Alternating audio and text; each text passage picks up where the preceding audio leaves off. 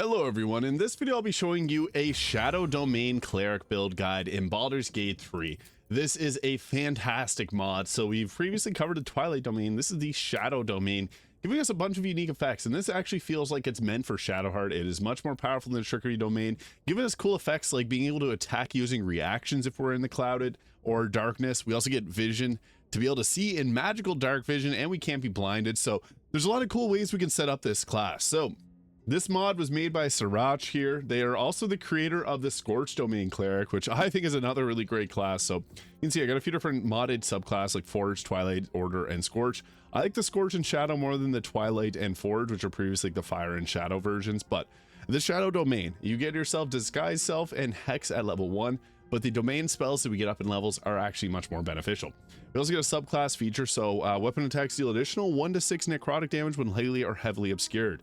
So in addition to this, we also get a lot of ways to be able to add additional damage when we're obscured, and we can actually drop a lot of unique effects here. So I'll show that off as we get through the video. So for our ability scores, I think it's best to actually go higher in dexterity, and we can use something like the Justicier's Scimitar here, because this is going to be a light finesse weapon. Dexterity will also give us more armor class, and we'll go with something like 14 Constitution, 16 Dexterity, and 16 Wisdom, and alongside skill proficiencies, Persuasion being a very useful one, and Deception and Stealth. So that's going to be the choices there. And yeah, our domain spells are actually really fun to use. So we get ourselves a classic Turn Undead, we get the Born into Darkness, see through magical and non-magical darkness, and cannot be blinded. And we get ourselves the Shadow Bolt, which is our Channel Divinity. So fire a bolt of dark energy, possibly blinding the target, doing a 2d8 of necrotic damage. So free ability to blind the target's really nice. For our spells we're going to go with, I think Create or Destroy Water is a good one. Healing Word. Command can be one of the best spells to choose. Sanctuary is good for safety, and then Bless if you don't have anyone else that has Bless. But Guiding Bolt can be nice for coverage once you get to the Shadowlands in Act 2. Now, once we get to level 3, we get ourselves Darkness, which is bread and butter of this class. The reason being, we get a lot of benefits when we're hidden. And we also get invisibility, so 2 concentrations. Darkness will be the preferred one to use.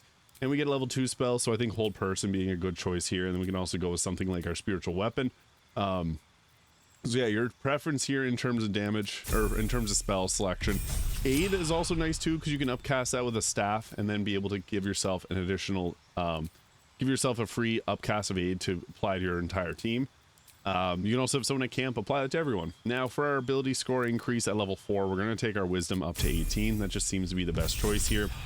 Level 5, we get our classic Destroy Undead. Whenever we turn an undead, we deal 4 to 24 radiant. But we also get Vampiric Touch, which is nice to be able to do 3d6 of necrotic and heal ourselves. But the big one, Hunger of Hadar. So creatures within the black sphere are blinded and take damage at the end of their turn at the start of their turn. Concentration, very effective. Also at level 3 or level 5, we get our level 3 spells. So Spirit Guardians being a really nice. Unfortunately, it is a concentration, so Hunger of Hadar and this compete for each other. Glyph of Warding can also be nice because this doesn't require concentration, so we'll always want to have 1 concentration up at all times, and then things like Command and Glyph of Warding being 2 spells that are really useful. We can also take off Create or Destroy Water. We're not going to be focusing on lightning damage for the purpose of this, so something like Animate Dead can also be nice for some extra zombies, as we will get some spells later on that lets us not damage them while they're moving around with our Channel Divinity. Now level 6, we get Unseen Strike, strike quickly from the shadows, so when we're obscured we get a free reaction attack, which is huge because we're going to show off how this can be effective in a moment. And we also got another choice in spell here, so your choice. Even Silence can be nice, or Prayer of Healing. Aid can be upcasted. Inflict Wounds can be a nice necrotic damage because we can eventually ignore resistances to necrotic damage. So we got ourselves Greater Invisibility and Blight for our next leveled spells. And then we also get choice of level 4 spells, with Guardian of Faith being a really nice one to choose because this can help tank for us, which is nice. We also get Banishment if you want to take that. Not a spell that I typically take, but at level 8 we get our improved Umbral Assault. So your weapon deals an additional 5 to 12 necrotic damage when lightly or heavily obscured. And the Disciple of Shadows. So your necrotic spells and attacks deal additional damage equal to your Wisdom modifier and ignore resistance. So extra necrotic damage equal to Wisdom modifier, so +4 right now. Soon to be +5. So yeah, extra damage that ignores resistances is huge because everything and its dog resists any type of necrotic damage in this game. But I mentioned earlier, we get the Create Undead. Cloud Kill can be used and spammed around, and it won't actually hurt our zombies, so that can be nice. And we also get Destructive Wave, which is super useful to take. because there's a necrotic version of this. So whenever you go to choose it, thunder damage, and we can choose the necrotic one. So a nice cantrip or spell to go with is Insect Plague. This is really a effective one because you can use this and then command grovel targets inside of it, keeping them there. They move slower when they're in this, and they take piercing damage. And then we'll go with Flame Strike. But Holy Weapon can be pretty cool too to go with if you got the Mistress spell mod, which I highly recommend downloading. At level 10, we get our Divine Intervention. Another choice in cantrip. It's really your choice for preference in cantrips. And then we get ourselves another spell here with things like Planar Ally being a must pick. This is one of the best cleric spells, bar none. Create Undead is also kind of nice, giving ourselves a mummy. Lesser Regeneration can be good for healing. Blade Barrier can be good crowd control. So it just depends on what you find most necessary.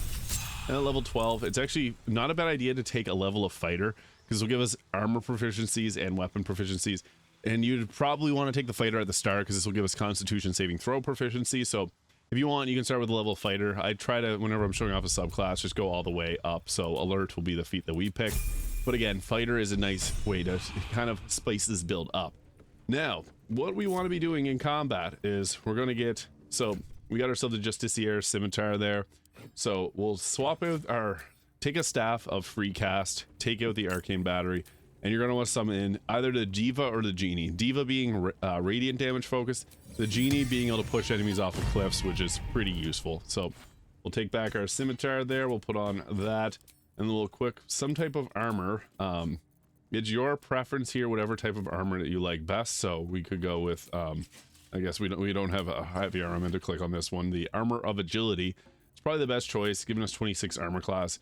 Also, if you get the Helldusk armor, that can be a good one as well. So it's, again, up to you what armor you think works best for you. But Armor of Agility can be a very effective one because this allows us to stealth. And stealth's going to be huge for us. So +2 to saving throws as well. Hood of the Weave for +2 to spell save DC and spell attack rolls. Cloak of Protection, Boots of Protection, Ring of Protection for the extra armor class.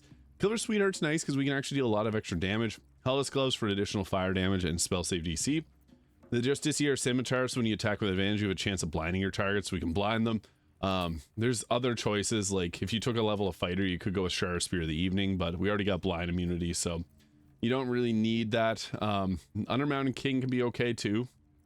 Advantage on attack rolls against lightly or heavily obscured targets, so that can also be pretty fun to mess around with, and it's a short sword.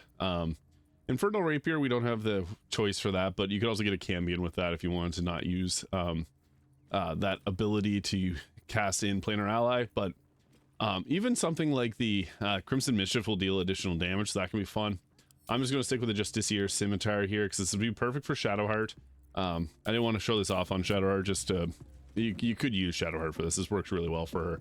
But what this is going to look like, I'll show this off in combat so we get an idea of what this can do in terms of a fight.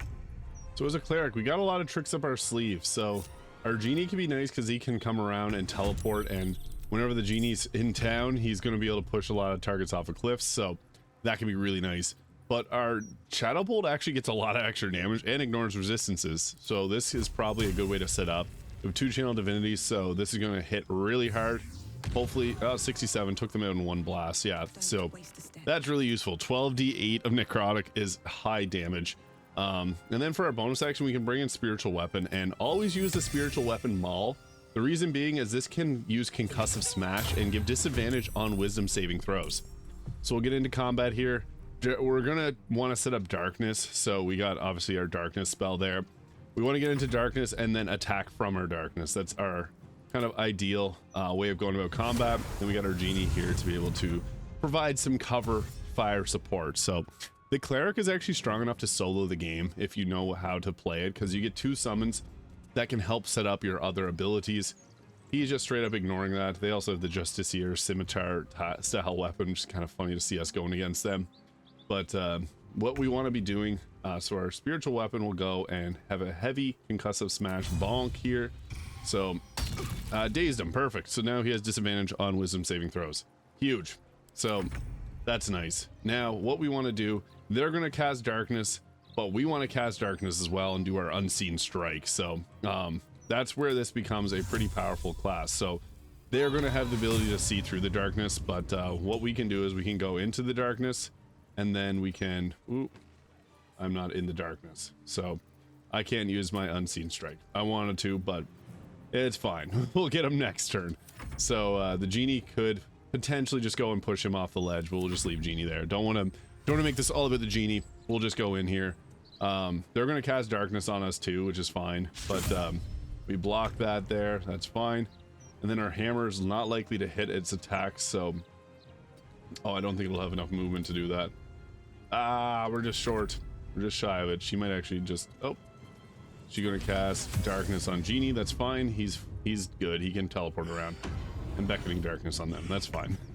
So for some reason we can't get a reaction to strike that for whatever reason. I'm not sure why that's not working. But we can additionally go ahead and just attack here. So Shadow Bolt being a really fun attack, but we also got I guess can't be threatened. We're threatened by a target there, so we can back off. Darkness, hidden, and I guess that's a good way to do it.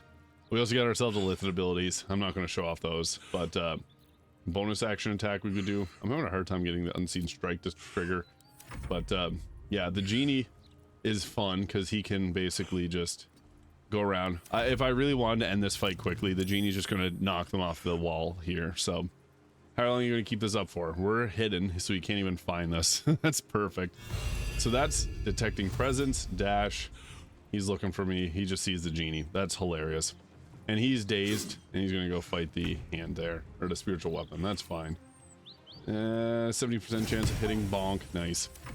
So yeah, I want to showcase the master abilities of this class, and the best thing you can do with this... Oh, that was not wise of her.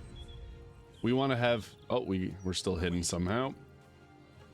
And we want to go in and attack. So we'll go ahead here and we attack with advantage so we can potentially blind them. And bonk, hit him there. And then we also got a flourish that we could use. So we'll just go with that for a little extra, and that took him out. Of course it did. So booyah. Attacking from darkness. That's what we want to do. Now, we might be able to get something fun pulled off here. I love when targets put themselves in like the ideal place for us to just say goodbye. So, not enough movement. Ooh, okay, that's not ideal, but we might still, yeah, we could do it. Ooh, all right, see you later. Genie power. That never gets old. That's what makes the Genie so good. If you can set up well, the Genie is insane. Otherwise, if you can't get set up, use the Diva. Just these people reflect radiant damage, so there's no point in using it. And now it got hit with beckoning darkness, so it got taken out.